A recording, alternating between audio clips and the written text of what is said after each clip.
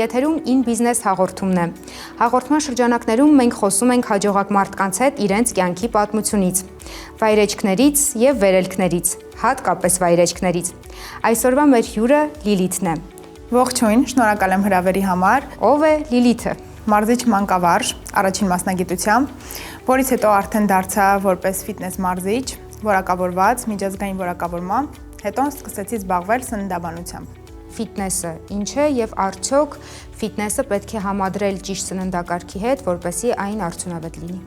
Այո, մեկը մյուսին չի փոխարինում, բայց լրացնում են։ Ֆիթնեսը առողջության համար է։ Այսինքն մարդիկ ֆիթնեսով զբաղվում են առողջ մարմին ունենալու եւ առողջ ապրելակերպ վարելու համար։ Իսկ կփաստեն սպորտսմենները, որ սպորտը տարբերվում է ֆիթնեսից նրանով, որ հիմնականում սպորտի ընթացքում մենք ունենում ենք վնասվածքներ։ Հենց դրանով ֆիթնեսը տարբերվում է սպորտից, որ ֆիթնեսը առողջության համար է։ Իսկ յուրաքանչյուր սպորտսմեն գոնե մեկ վնասվածք հաստատ ունի։ Իսկ դուք սպորտսմեն եք, ես սպորտսմեն եմ եւ ունեմ շատ վնասվածքներ։ Ինչպես սպորտսմենից դարձաք դպրոցի ֆիթնես դպրոցի հիմնադիր եւ սննդաբան։ 3 տարեկանից զբաղվում եմ գեղարվեստական մարմնամարզությամբ ու իմ ամբողջ կյանքի ընթացքում ես զբաղվել եմ սպորտով, Հայաստանի Հանրապետության չեմպիոն եմ, սպորտի վարպետ եմ, մարզիչ մանկավարժ գեղարվեստական մարմնամարզության, այս պահին ունեմ խմբակներ բոլոր տարիքային խմբերի համար եւ մարդկանց փորձում եմ հասկացնել եւ հասցնել այն միտքը, որ մարզումները, ֆիզիկական ակտիվությունը առողջության համար է, ոչ թե նիհարելու, ոչ թե գեղեցիկ կազմվածք ունենալու, այլ առաջին հերթին առողջ լինելու համար։ Որովհետև եթե չլինի առողջություն, ոչ մի գեղեցկություն առանց առողջության իմաստ չի ունենա։ Սկսել ես սպորտից եւ հասել ես մի կետի, երբ ունես քո սեփական բլոգը, որի միջոցով նաեւ այդ տեղեկատվությունը տարածում ես, ինչ է պետք հաջողակ մարդուն մարմնի եւ ուղեղի առողջ ապրելակերպի մասով, ինչ պիտի անի։ Առաջին հերթին մարդուն պետք է էներգիա։ Իսկ այդ էներգիան մենք ոչ մի դեպքում չենք ունենա, եթե մենք առողջ չենք սնվում եւ եթե չունենք ֆիզիկական ակտիվություն։ Շատ-շատերին թվում է, որ աշխատանքից հետո շատ հոգնած են, չեն կարող մարզվել, բայց ընդամենը մեկ մարզում ու հասկանում են, որ մարզումից հետո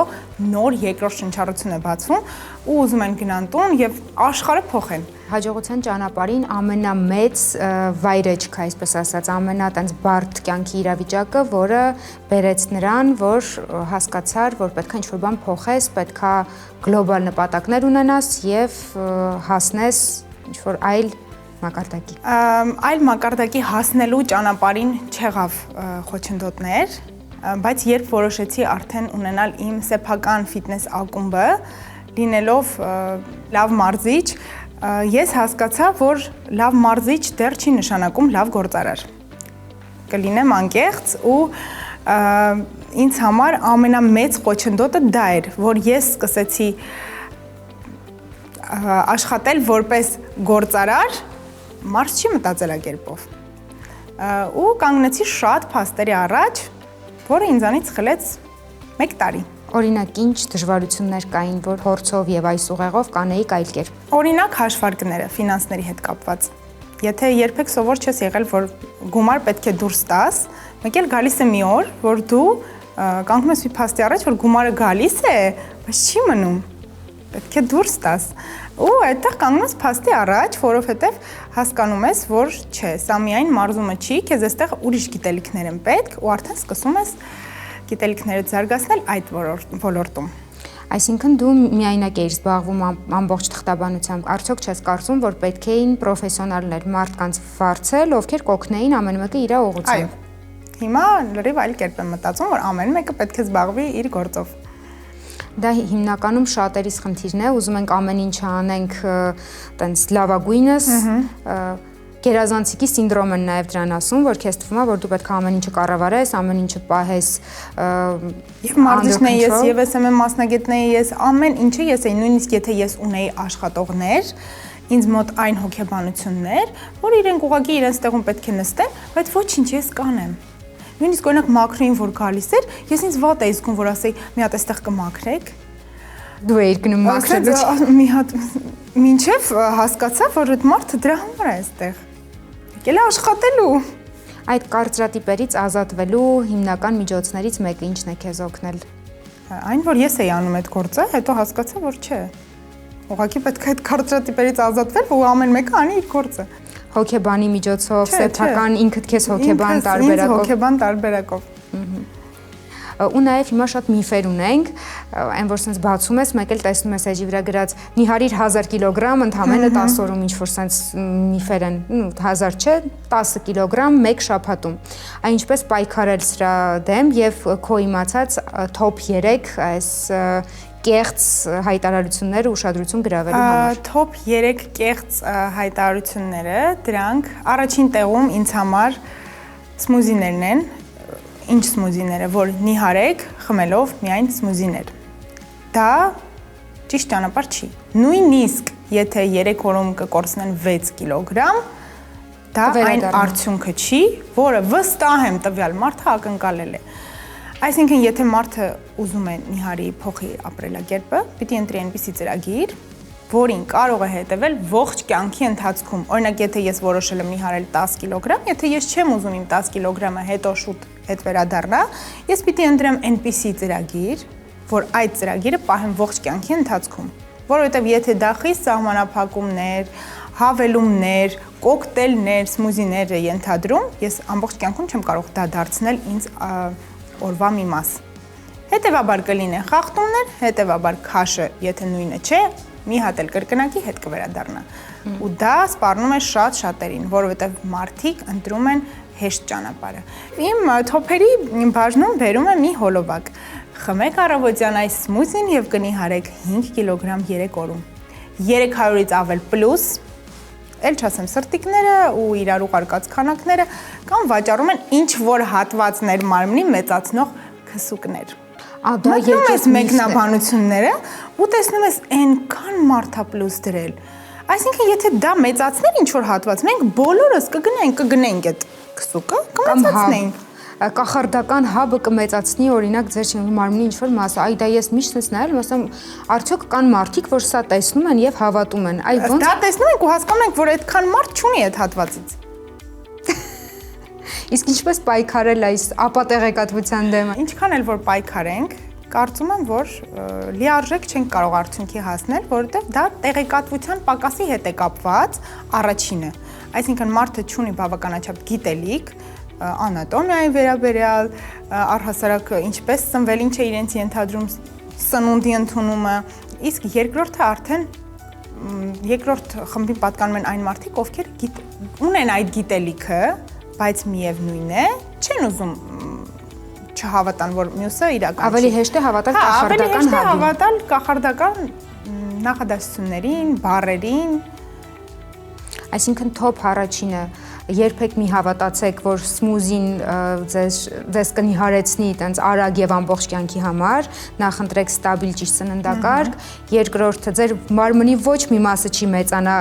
քսուկով, այո, եւ չի փոքրանա, որովհետեւ սննդակարգին չեն հետևում,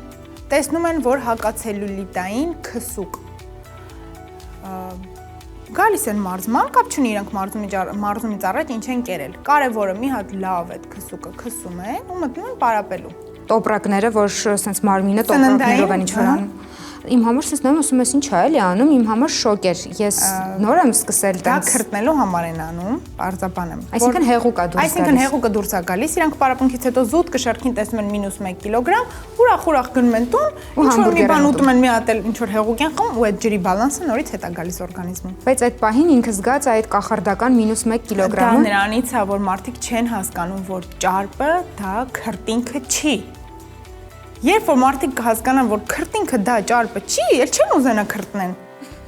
Բայց քանի դեռ իրանք մտածում են, ինչքան քրտնում են, այնքան դա ճարպն է գնում, կամ հատվածների վրա փաթաթում են, որ այս հատվածից ճարպը գնա։ Բայց մենք չենք կարող կառավարել, թե ճարպը որ հատվածից կգնա։ Եթե այդպես լիներ, բոլորս սենց կսեղմեինք, այդտեղից կգնար ճարպերը։ Իսկ ոնց է վերաբերվում պլաստիկ վիրահատությունների, որ ճարպը մի տեղից հանում են եւ դնում են մյուս տեղ, որ ասում են անվտանգ է, արդյունավետ է, արագ է, բայց դա վիրահատություն է, չէ՞։ Դա վիրահատություն է, հստակ ոչինչ չեմ կարող ասել, ամեն մարդ ունի իր անձնական որոշումը, ցանկությունը եւ ճանապարհը, թե որով կփոխի իր արտաքինը կամ չի փոխի։ Ամեն դեպքում սովորույթները պետք է փոխվեն։ նույնիսկ վիրահատությունից հետո նույն սովորույթներով չես կարող ապրել։ Սովորույթները պետք է փոփոխվեն, որ գոնե դա պահեք։ Հասկանում եք, նիհարելը կարելի ասել այս process-ի ամենահեշտ պահն է։ Ամենադժվարը արդյունքը պահելն է։ Եվ նպատակը դնել առողջ ապրելակերպը, օրգանիզմի առողջությունը, այլ ոչ թե վիզուալ ինչ-որ ժամանակավոր քաշը չդնել։ Կարող է շատ գեղեցիկ լինել, բայց եթե ցավացող տեղ ունես, այդ քո գեղեցկությունը հաստատ քո աչքին չի երևա։ Հիմա խոսենք փոքրիկ թուլություններից, օրինակ քեզ մոտ էլ վստահ եմ լինում է, որ ասում ես դե լավ այսօր ինչ որ տենց օր իմ համար հայտարարեմ, որ ինչ ուզենամ կուտեմ, այդ guilty pleasure-ը որն է։ Ես մինչև 14 օր առաջ իմ ողջ կյանքի ընթացքում կերել եմ ինչ ուզել եմ, վերջին 10 տարիների ընթացքում չեմ կարող ասել ինչքան ուզել եմ, որովհետև արդեն քաշից վրա սկսել է ազդել։ 14 օր չեմ օգտագործում արդեն քաղցրավենիքներ եւ խմորային ուտեստներ։ Այսօր 14-րդ օրս էր, իդեպ շնորհավորում եմ։ Մերսի։ Միշտ բոլորին ասել եմ նիհարեք ամեն ինչ ուտելով։ Նույնիսկ իմ էջում գրված է նիհարեք ամեն ինչ ուտելով։ Եթե օրինակ դուք սիրում եք սուրճը խմել, դա իմ մշտական արտահայտությունն է, ես միշտ հենց դա եմ նշում։ Եթե դուք սիրում եք ձեր սուրճը խմել cheesecake ուտելով, պետք է սուրճը խմեք cheesecake ուտելով։ Այսինքն պետք է շարժվել 80-20 կանոնով։ 80%-ը լինի առողջ բալանսավորված սննդարար բազմազան սնունդ, այն 20%-ը ինչ ուզում եք, ու ոչ ոք չի չաղացել, առողջությունը չի տուժել այդ 20%-ից։ Տուժել է, որովհետև 80%-ը եղել է խառը, ոտքի վրա, արագ-արագ, առանց ծամելու։ Իսկ այն 20%-ը երեկոյան մի հատ կանաչ թեյ խմեմ, մեկ էլ վարունգը ուտեմ մածունով։ Ու պետք է փրկի այդ շատերի, հա, երեկոյան կանաչ թեյ խմեմ կնիհարեմ։ Նույնիսկ քաղցրը եւ հացը չեն չաղացնում, եթե դա լինի չափի մեջ։ Ես շատ ծանոթներ ունեմ, երբեք քաղցր չեն ուտում, քաղցրի պահանջ չունեն, բայց ունեն 20 կիլոգրամ ավել քաշ։ Ինչու՞, եթե քաղցրն է չաղացնում, ինչու է այդ մարդը 20 կիլո ավել քաշ ունի։ Նույնը հակառակը։ Ինձ թվում է շատը գալիս է նաև մտածելակերպից մարդու, օրինակ նույն փոքր երեխաները, չնայած փոքր երեխաների մոտ ավելի շատ ընտանիքի սովորույթներից է գալիս։ Հիմա ես բերեմ ամենատարածված ու պարզ օրինակը, չիան ինչքան sense տարածում ստացավ, չիայի սերմեր, ով արտանում ջրի մեջ չիայի լցնում խմում է։ Չիայի մեկ գթալը ունի մոտ 110-120 կալորիա։ Մեկ թեյի գթալը։ Դուք պատկերացնում եք, մեկ թեյի գթալը ունի 110 կալորիա, օրինակ մոտավորապես չեմ հիշում։ Ու մարդիկ գթալներով լցնում են օրինակ իրենց հունական յոգուրտի վրա, ընդեղեն են լցնում մի շարք, չիայի սերմերը, հատապտուղներ, ուտում են որպես առողջ նախաճաշ, բայց առողջ է, բայց ինչքան կալորիա ստացավ։ Եթե միայն չիան ուներ այդքան կալորիա։ Ամենակալորիական մթերքը կարելի ասել, դրանք սերմերն են։ Սերմերից հետո արդեն ընդեղենը։ Դրանք շատ կալորիական են։ Ուտելուց պետք է շատ զգուշ լինել։ Ուտել մի բուռ, ուտել մեկ թեյի գթալ։ Դրա համար շատ են թվում, բայց ես fast food չկերա, բայց ես հաց չկերա, բայց ես քաղցր չկերա, բայց քաշս չի իջնում, հենց մի բան էլ ավելանում է։ Այստեղ խնդիրը արդեն կալորիաներն են, որ պետք է պատկերացում կազմեք, թե ինչը որքան կալորիա ունի,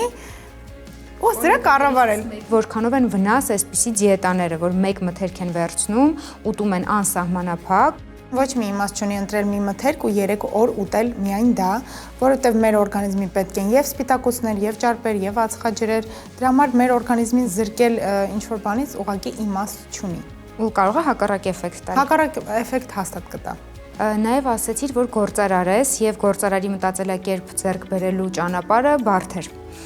Գործարարի համար նաև կարևոր է էջերը ճիշտ վարել, SMM-ը ճիշտ վարել, մի հարց, SMM-ը դու ես անում էջի։ Այո։ Շատ հետաքրքիր էր, որտեվ ես այս վերջերս մարքեթինգային լավ տենց քայլ տեսա, գրում էիր օրինակ Աննա անունով բոլոր աղջիկներին, այսօր ուղարկելու եմ սննդակարգը անվճար։ Ու ես sense նայեցին, հենց հաճելի էր, ասում նայի հատուկ ինձ համար սննդակարգ, այսինքն դա մեր անունի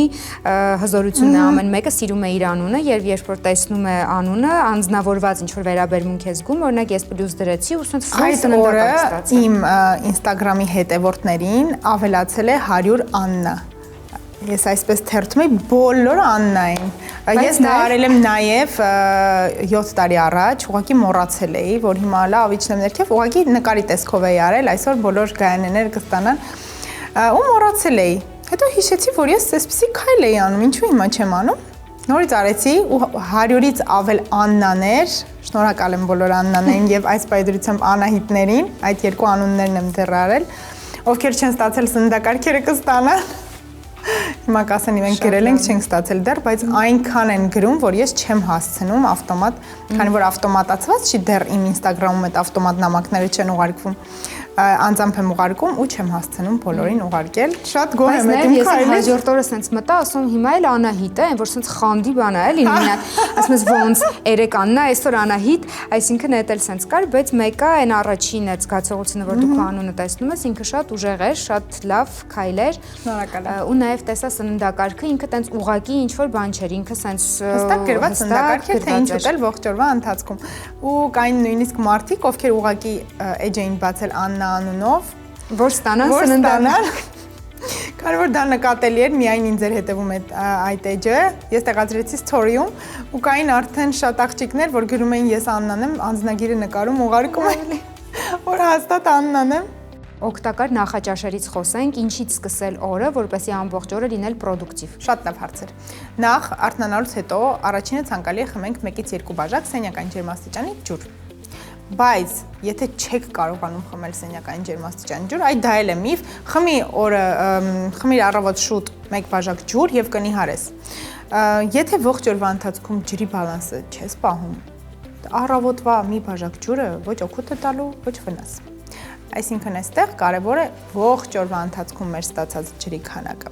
Բայց մարդիկ էլի սիրում են ինչ-որ կոնկրետ մի բան, արթնանում ենք, խմում ենք մի բաժակ ջուր, ոչինչ որ ողջ օրվա ընթացքում չենք խմում։ Կարևորը է, որ արթնացել ենք, խմել ենք մի բաժակ ջուր, որովհետև այն հոլովակում այդպես էր ասում։ Ու կարելի է ուտել արդեն ու ինչ ուզենք, որտեվ առավոտյան ջանք ֆուդ, sense խառի ինչ որ բաներ, կարևորը ջուրը խմելն է, բայց ինչի՞ ջուրը խմելն, հա, ինչի՞ չի օգնում, դուք ստեցիք։ Նախաճաշը պետք է լինի լիարժեք, որովհետև դա մեր օրվա հիմքն է։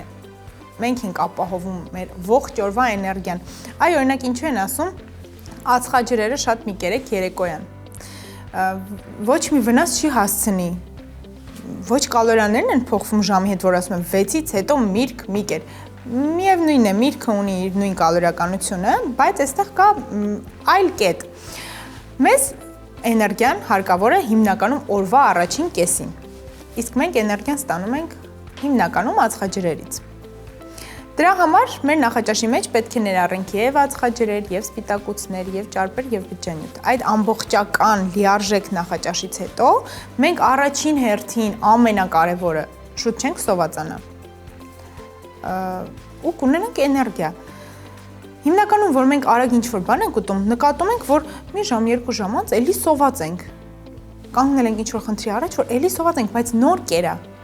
Բայց մենք էլ ասում ենք, որ մի հատ նախաճաշ, մի հատ ճաշ, մի հատ ընթրիք։ Բայց ես նախաճաշեցի ու հիմա նորից սոված եմ, չեմ դիմանա մինչև ճաշ։ Այ հենց դրա համար մեր սնունդը պետք է լինի լիարժեք, որ մենք մինչև ճաշելը սովից զգացում չունենանք։ Ես շարժվում եմ առողջ ափսեի կանոնով։ Մենք ունենք ափսե, որի կեսը միշտ պետք է լինի բանջարեղեն։ Մյուս այս 1/4 մասը լինի սպիտակուց, մյուս 1/4 մասը ածխաջուր։ Ու պետք չի պայել ոչ մի դիետա։ Եթե դու արդեն նայում ես ափսեին, օրինակ գնացել ես հարսանիք, սննդաբանը չի պատասխանում զանգերին։ Ինչ ուտեմ։ Եթե դու գիտես, որ ափսեն ունի կանոն կառուցելու, դու հարսանիքի սեղանի շուրջ արդեն լցնում ես ափսեիդ կեսը բանջարեղեն, 1/4 մասը ընտրում ես մի տեսակի կենթանական սպիտակուց, որովհետև երկու տեսակի կենթանական սպիտակուցներ չեն խառնում իրար մարսողությունը չդժվարացնելու համար։ Ընտրեցինք օրինակ խոզի միս։ Ու հարսանեկան խորոված։ Գնացել ենք հարսանիք, խորոված պետք է ուտենք։ Ահա, ափսեի 1/4 մասում տեղավորեցինք ոչ թե բուրգով խոզի միսը, այլ ինքը մի շերտով։ Ու արդեն մյուս 1/4 հատվածում դրեցինք սպիտակուցները, օրինակ դրեցինք։ Իսկ այն յուղոտ չալաղաչը կարելի է ուտել։ Այդ յուղոտ չալաղաչը կարելի է ուտել, որովհետև ամեն օր չես ուտում։ Երևի, չեմ կարող ասել։ Այն ինչը ամեն օր չի, հանգիստ կարող եք ուտել։ Հիմա խոսենք ծովամթերքից եւ ձկից հատկապես, որովհետեւ ասում են շատ օգտակար է, օրինակ անձամբ ես կարող եմ առանց մսի լինել, բայց ապրել, բայց առանց ծովամթերքի եւ առանց ձկան չեմ կարող, որովհետեւ ես եթե մի 3 օր առանց այդ սպիտակուց չէ, սպիտակուցով հարուստ սպիտակուցի լինեմ, ես զգում եմ հոգնածություն։ Առողջ ճարպերի։ Սպիտակուցները մեր օրգանիզմում կառուցողի դեր են տանում ու եթե սպիտակուցները մենք բավականաչափ չենք ստանում, առաջին հերթին ողջ օրը մենք սովածություն ենք զգում, չենք կշտանում, եւ երկրորդն էլ, եթե մենք բավականաչափ սպիտակոց չենք ստանում, մենք կորցնում ենք մկանային մասսա։ Այստեղ կա նաեւ մի կարևոր պահ, նիհարողները չեն մտածում իրենք ինչի հաշվին են նիհարում։ Եթե նիհարողին հետաքրքրում է միայն քաշի նվազեցումը, իրեն չի հետաքրքրում մկան կորցրեց, թե ճարպ կորցրեց։ Հենց դրա համար պետք է դիմել մասնագետի, որ ինքը ճիշտ ուղղորդի, որ կորցնեն ճարպային զանգված, ոչ թե մկանային զանգված եւ ունենան գեղեցիկ կազմվածք։ Եվ այսպիսով որն է Լիլիթի հաջողության բանաձևը, որը նաեւ կարող ես խորհուրդ տալ մեզ դիտող մարդկանց։ Հաջողության բանաձևն է առաջին հերթին սննդակարգը մարդու օրվա, ֆիզիկական ակտիվությունը, աշխատասիրությունը եւ մշտական նոր գիտելիքների ձեռքբերումը։ Ընտիր, ունենք հաջողության բանաձև, իսկ սա նշանակում է, որ արդեն ժամանակն է անցնել մեր ինտերակտիվ մասին, հիմա խաղեր ենք խաղալու եւ կբացահայտենք քեզ նորովի արդեն խաղային մասով։ Պատրաստ ես։ Այո։ Գնացինք։ Ահա։ Հիմա սկսելու ենք հեշտից, որտեղ սա ավելի տենց ինտերակտիվ է։ Պատրաստ ես։ Չէ, գնացինք, մեկա գնացինք։ Անպետք իր։ Ծակնածկին։ Լավներ։ Աֆրիկայի հետ ասոցացվող ինչ-որ բան։ Փիղ։ Դարակում գտնվող ինչ-որ բան։ Սաներ։ Կրթությանը առնչվող բառ։ Գիրք։ Տաք ինչ-որ բան։ Վերմակ։ Տիեզերքի հետ ասոցացվող ինչ-որ բան։ Քաղաքում հանդիպող ինչ-որ բան։ Նստարան։ Կինոաստղի անուն։ Շահրուխ Խան։ Ավտոմեքենայի մոդել։ Նիսան։ Սև ինչ-որ բան։ Ածուխ։ Խաղ կամ խաղալիք։ Պահմտոցի։ Ճաշատեսակ։ Բորշ։ Ամենօրյա օգտագործվող ինչ-որ բան։ Սաներ էլի։ Երգի անվանում։ Լուսին։ Լուսին, այդ որ երգն է։ Ահ, լուսին, լուսին։ Մարզաձև կամ սեղանի խաղ։ Թենիս։ Լոգասենյակում գտնվող ինչ-որ բան։ Սպունգ։ Գյուղում հանդիպող ինչ-որ բան։ Տաշտ։ Աղջկա անուն։ Լիլիթ։ Մի բան, որ կարող է քեզ սպանել։ Դանակ։ Միրգ կամ բանջարեղեն։ Ավոկադո։ Այդ ինչ է։ Միրգ։ Հա, ավոկադոն միրգը։ Ավոկադոն միրգը։ Ավոկադոն միրգ է։ Օվկիանոսում հանդիպող ինչ-որ բան։ Դելֆին։ Երկիր։ Հայաստան։ Երկնքում երևացող ինչ-որ բան։ Աստղ։ Հայտնի կնոջ անուն։ Աննա։ Քաղցր ինչ-որ բան։ Այ հիմա ես քեզ հասկանում եմ, կրոս։ Օդանավակայանում հանդիպող ինչ-որ բան։ Ինքնաթիռ։ Դպրոցականիր։ Պայուսակ դպրոցական։ Վտանգավոր բան։ Վախ։ Հայտնի տղամարդու անուն։ Բրեդ Պիտ։ Գրքի վերնագիր։ Երբեք մենակ մի նախաճաշիր։ Բույս կամ ծաղիկ։ Ջրաշուշան։ Թաց ինչ-որ բան։ Ջուր։ Երաժշտական գործիք։ Ջութակ։ Գույն կամ երանգ։ Կանաչ։ Կլոր ինչ-որ բան։ Սեղան։ Կլոր ինչ-որ Կլոր սեղան։ Կլոր սեղանի սուրճ։ Նկարիչ կամ քանդակագործ։ Վան Գոգ, ականջ։ Տղայի անուն։ Ստեփան։ Կենթանի։ Շուն։ Խոտապույս կամ համեմունք։ Համեմ։ Երաժիշտ կամ երաժշտական խումբ։ Նեմրա։ Պոչով ինչ-որ բան։ Կատու։ Մարմնի մաս կամ օրգան։ Քիթ։ Համով բան։ Կրուասան նուտելայով։ Վերջ։ Հիմա այս ոնց են ասում պարապմունքից առաջ։ Նախավարժանք։ Նախավարժանքներ, հիմա անցնում ենք ավելի լուրջ եւ հետաքրքիր պահերի։ Խաղում ենք ես երբեք, քաշում ես քարտը, ես էլ եմ քաշում, ու եթե կատարել ես այդ գործողությունը, այսինքն երբեք չես արել, մատդ ես ծալում, 10 մատ ծալած մարդը կրվում է, որքան գիտեմ, մենք կարող ենք 5 մատից խաղալ։ Իսկ եթե հակառակն է, քաշում ես կախարդանք բաժինը, եւ այսպես արդեն քաշեցիր, գնացինք։ Ես երբեք չեմ փնտրել իմ անուն ազգանունը Google-ում։ Փնտրել եմ։ Փնտրել ես ուրեմն մատդ ծալում։ Հիմա իմ հերթն է, գնացինք։ Ես երբեք վատառողջ չեմ ձևացել դպրոց չգնալու համար։ Ձևացել եմ։ Ես երբեք հանրային տրանսպորտից առանց վճարել չեմ իջել։ Երևի իջել եմ փոքր ժամանակ։ Ես երբեք անծանոթ մարդկանց հրապարակումների մեկնաբանություններում ոչինչ չեմ գրել։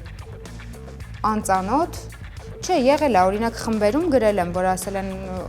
պետք է հաղորդավար այս միջոցառման համար գրել եմ պլյուս կամ մանրամասներ, գրել եմ։ Լավ բրծանք, 2։ Չէ, 2։ Ես երբեք չեմ նկարվել ուրիշ մեկի նվերով, օրինակ ծաղիկներ, ասես այն իմն է։ Նկարվել եմ։ Երբ։ Նկարվել եմ, բայց չեմ տեղադրել։ Հա, օքեյ։ Նկարվել եմ։ Ես 2 մատունեմ, 6։ Ես երբեք puzzle չեմ հավաքել ամբողջությամբ։ Հավաքել եմ։ 3։ Լավ չի, էդ եմ ասում։ Ես երբեք չեմ ստել տարիքիս մասին։ Չեմ ստել։ Խաղի ողջ ընթացքում ձևացիր մեծահասակ լուրջ մարդ, որն իրեն զգում է խաղի մյուս մասնակիցների ծնողը։ Բայց ամբողջ խաղի ընթացքում չէ, կես րոպե։ Կես րոպե։ Ես չեմ դիմանա ճնշմանը։ Մի հատ վերևից ինչ-որ բան ուզում ես, դրդ գցես չմրսես։ Չեմ մրսում։ Ոտքերը տակա։ Չսառացնես քեզ։ Գնացի։ Ես երբեք չեմ տանջվել ատամի ցավից։ Տանջվել եմ։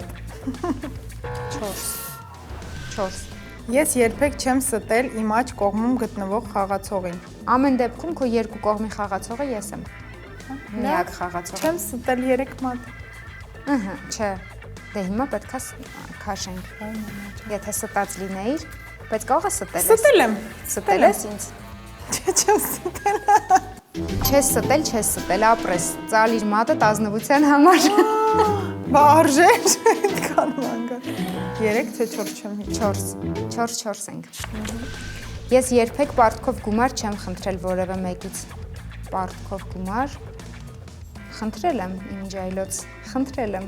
այո։ Օ, ինչպիսի երջանկություն, քո ձախ կողմում գտնվող խաղագիծը պետք է ընտրի քո կոնտակտներից մեկին, որին պետք է զանգահարես եւ պարտքով գումար խնդրես շոկոլադ գնելու համար։ Դու ուղղակի ընտրի։ Անուշ Ապիկյան։ Ուրեմն զանգահարում ես Անուշ Ապիկյանին։ Շոկոլադի գումար եմ խնդրում։ Խնդրում ես շոկոլադի գումար։ Պարտքով։ Պարտքով ես խնդրում։ Գնացինք։